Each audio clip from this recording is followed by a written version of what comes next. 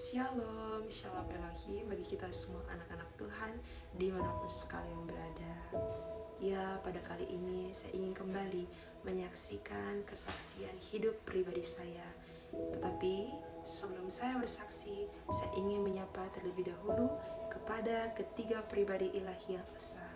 Shalom Elohim, salam hormat dan salam kasih kepada roh Bapa Surgawi, Bapa Yahweh, yakni Bapa Eman Lahabu, roh Alfa dan Omega, Tuhan Yesus Kristus itu sendiri, yakni Bapa Aditya Nugrahanto, Roh Kudus dan Roh Kebenaran, mempelainya yang terexcellent dan terelok di hati Bapa Surgawi, yakni Ibu Faye Hamdani. Ya, Bapak Ibu yang terkasih, sebelum saya lebih jauh lagi menyaksikan kesaksian pribadi saya ingin memberikan 2 ayat firman Tuhan sebagai peneguhan dalam kesaksian ini. Pertama, ada dalam Titus pasal 1 ayat 16, demikianlah firman Tuhan. Mereka mengaku mengenal Allah, tetapi dengan perbuatan mereka menyangkal Dia. Mereka keji dan durhaka, dan tidak sanggup berbuat sesuatu yang baik. Ayat yang kedua terdapat dalam 2 Timotius pasal 3 ayat 16. Segala tulisan yang diilhamkan Allah memang bermanfaat untuk mengajar, untuk menyatakan kesalahan, untuk memperbaiki kelakuan, dan untuk mendidik orang dalam kebenaran. Amin. Demikianlah firman Tuhan. Dan saya boleh mendapatkan 2 ayat ini dalam perenungan firman-Nya pada 1 minggu yang lalu. Dan pada saat itu juga Roh Kudus-Nya mengizinkan dan membolehkan saya untuk terus mengingat proses-proses kebangkitan jasmani dan rohani pada saat kejatuhan iman dan roh saya yang saya alami pada beberapa bulan yang lalu. Pada saat itu roh saya ditawan dan didera oleh kuasa kegelapan. Memang nampaknya hal yang terjadi baik-baik saja. Kita merasa kita ini hidup dalam keadaan, ya sudah, saya beribadah setiap hari, membaca firman, melakukan persekutuan dengan Tuhan. Tapi tanpa kita sadari, dan pribadi saya, ternyata roh saya masuk dalam penjara yang tak kasat mata, yakni dalam dimensi roh. Dan mengapa hal tersebut terjadi, Bapak Ibu? Oleh karena saya bukanlah pelaku firman. Seperti pada tadi di surat Paulus kepada Titus dikatakan, mereka mengaku mengenal Allah, tetapi dengan perbuatan mereka menyangkal Dia. Ya Bapak Ibu, bagaimana yang saya alami, di mulut bibir saya katakan saya mengenal Allah, saya mengenal juru selamat, hakim yang adil, yakni Tuhan Yesus Kristus. Hanya di mulut, hanya di sebatas pikiran, masuk kuping kanan, keluar kuping kiri. Tidak pernah jatuh dalam hati saya benih-benih firman tersebut. Sedangkan bagaimana kita mengetahui dan mengaku diri kita ini sebagai anak Allah? Lewat perbuatan kita. Dan perbuatan tersebut nampak nyata oleh karena firman-Nya hidup dalam pribadi kita. Tapi saya pribadi pada saat itu tidak, Bapak Ibu. Saya begitu hina dan roh saya begitu buruk rupanya di hadapan Tuhan. Karena saya menyangkal setiap kebenarannya. Saya dikatakan menyangkal karena saya hanya berkata-kata layaknya ahli Farisi, ahli Taurat. Orang-orang yang hidup pada zaman 2000 tahun yang lalu. Demikianlah roh saya. Memang kita rasa saya sudah hidup dalam pertobatan, saya selalu menyebut Tuhan. Tapi tidak, Bapak Ibu. Yang saya lakukan adalah saya menjadikan bait kudusnya, yakni hati saya, tempat berdiamnya Roh Kudus, dengan sampah-sampah duniawi, dengan karakter-karakter, keterikatan-keterikatan duniawi. Lalu karena begitu najisnya hati saya pada saat itu, maka satu pun, sekecil apapun benih firman itu tidak pernah terjatuh di dalam lubuk hati saya dan tidak pernah menghasilkan buah. Bayangkan Bapak Ibu, hati kita ini adalah tanah. Dari saat kita memberikan sampah-sampah, hal-hal yang busuk, lalu bagaimana benih itu dapat tumbuh kalau saya tidak menjadi pelaku? Sedangkan kalau kita ibaratkan Bapak Ibu, di dunia nyata saja kita punya tanaman, kita akan siram Bapak Ibu. Kita akan melakukan perbuatan yang baik terhadap tanaman di dunia ini. Terlebih-lebih hati kita. Dan apa itu pelaku firman Bapak Ibu? Di saat firmannya itu bukan hanya sebatas ucapan dan teringat di logika. Kalau saya memberikan contoh dalam pribadi saya seringkali Bapak Ibu merasa kasihan melihat sesama kita di luar sana. Hanya sebatas kasihan Bapak Ibu, logika. Tetapi tidak ada action atau perbuatan saya. Dan yang paling sederhananya sekali Bapak Ibu adalah mengampuni dan mengasihi sesama. Kita tidak perlu mengeluarkan harta-harta jasmani kita, tetapi kuncinya ada di hati. Nah, pada saat itu Bapak Ibu, saya tidak melakukan apa itu namanya kasih. Dan saya menyangkal kembali firman kebenarannya. Padahal di firman dikatakan, kasihilah sesamamu manusia seperti dirimu sendiri. Dan saya menyangkal kebenaran itu karena apa? Saya tidak bisa mengampuni sesama saya. Padahal Bapak Ibu, itulah hal yang terlihat kecil, tetapi begitu besar dilakukan menjadi pelaku firman. Dan dalam perenungan pada pagi hari ini juga, saya merenungkan bahwa Tuhan Yesus Kristus pada 2000 tahun yang lalu datang sebagai anak manusia.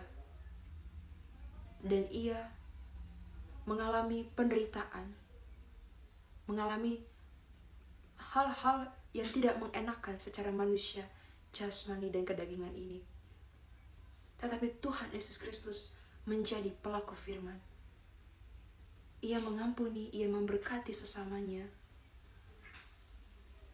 Demikian juga dengan pribadi kita sampai pada detik ini. Kita harus sama seperti apa yang Tuhan Yesus Kristus sudah berikan pada diri kita manusia debutan yang sangat berdosa ini. Karena ia sudah terlebih dahulu merasakan penderitaan itu.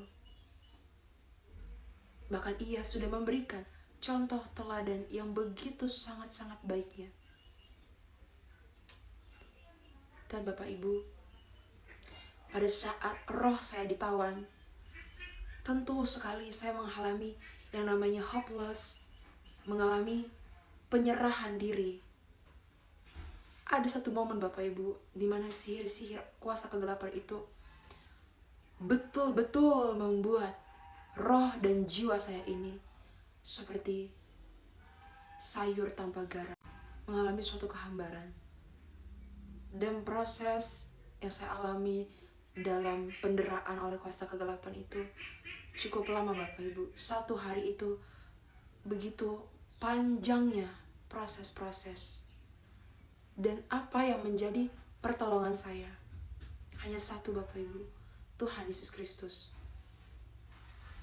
Dan saya sebagai manusia debu tanah merasakan juga Bapak Ibu, bagaimana saya bisa merasakan apa yang dinamakan pertolongan Tuhan. Karena saya tidak bisa melihat Tuhan. Tapi Bapak Ibu, kita jangan pernah melupakan bahwa ada firman-Nya yang hidup, yang berkuasa. Kenapa saya katakan demikian Bapak Ibu? Seperti tadi pada 2 Timotius 3 ayat yang ke-16.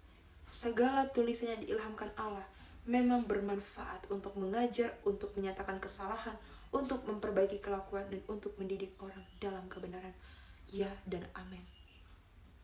Pada saat itu Bapak Surgawi, Bapak Eman Lahagu yang terkasih, mengajarkan saya untuk menggunakan firman Tuhan ini sebagai penolong dan untuk mengetahui apa-apa saja yang menjadi dosa, yang menjadi penyakit dan didikan. Dan seperti pada video saya yang sebelum-sebelumnya pada bulan yang lalu, bagaimana pada saat itu saya melakukan ibadah dan doa peperangan setelah memuji, menyembah, berdoa, meminta ampun segala hal Bapak Ibu. Lalu dengan pertolongan Roh Kudusnya saya membuka firman Tuhan ini secara random atau secara beracak. Dan di mana firman tersebut dibuka, disitulah yang Tuhan inginkan, menyatakan hal-hal yang tidak dapat kita ketahui secara alam roh. Dan oleh firman-Nya inilah saya boleh dibantu.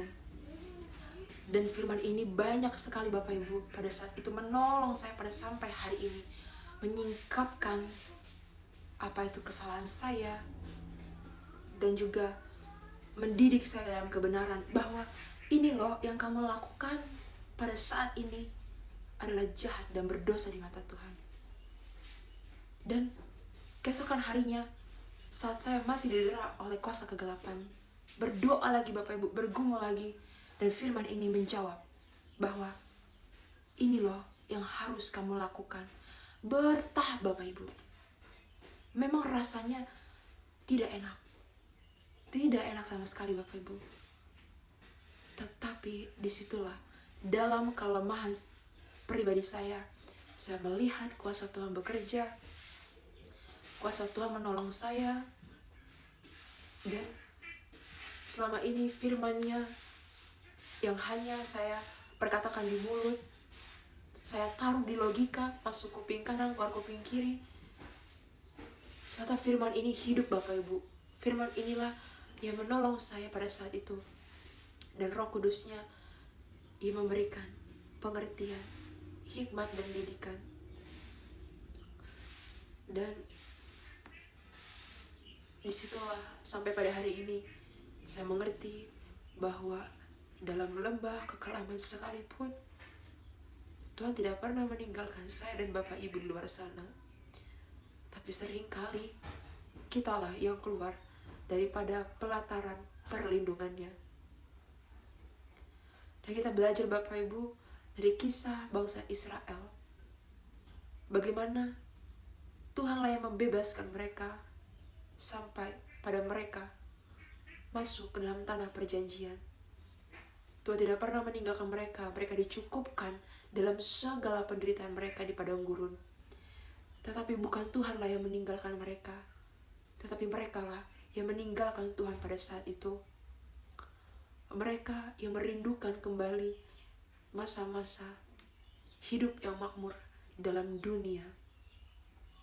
Padahal Bapak Ibu, neraka yang sesungguhnya adalah dunia ini.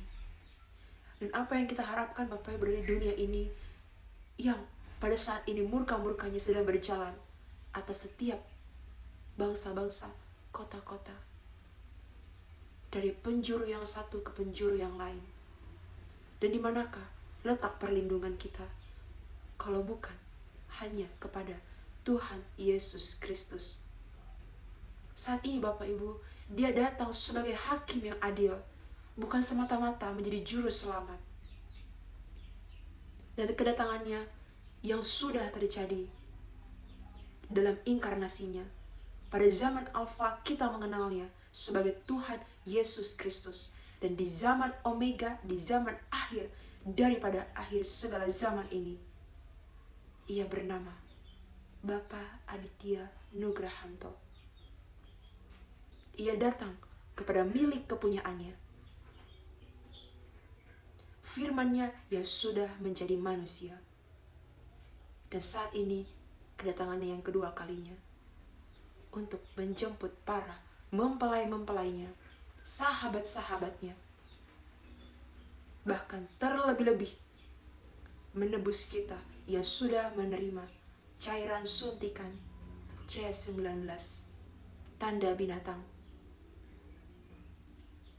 Dan yang menjadi sukacita kita adalah Ia memberikan upah kepada setiap orang yang taat dan setia, bertobat sungguh-sungguh dan belajar menjadi pelaku firman. Tetapi Ia memurkai setiap orang-orang yang tidak mau hidup dalam kebenaran firman-Nya. Dan pada saat ini Bapak Ibu, murka-murkanya sedang bergelora dalam 4 elemen: air, api, udara, dan tanah. Bukan lagi bencana yang semata-mata hanya bencana Bapak Ibu, tidak. Tetapi ini sudah dalam penumpahan cawan-cawan murkanya. Dan mari kita merendahkan hati kita, sehingga selubung-selubung kain hitam yang menutupi mata rohani dan mata jasmani kita dapat disingkirkan lewat pertobatan, berpuasa, dan belajar menjadi pelaku firman. Dan yang terlindung pada murkanya pada saat ini adalah orang-orang yang bertobat sungguh-sungguh dan yang sudah memiliki meterai ilahi. Meterai ilahi itu dapat kita baca dalam kitab Perjanjian Lama, yakni kitab Yehezkiel. Tidak memandang usia Bapak Ibu, tidak memandang siapa kita ini, jabatan apa kita di dunia ini. Tidak. Mau kita menjadi hamba Tuhan, melayani dari kita lahir sampai umur kita puluhan tahun, ratusan tahun, tidak berlaku Bapak Ibu kalau kita tidak hidup dalam kebenarannya dan menjadi pelaku firman-Nya. Dan mari saya dan Bapak Ibu,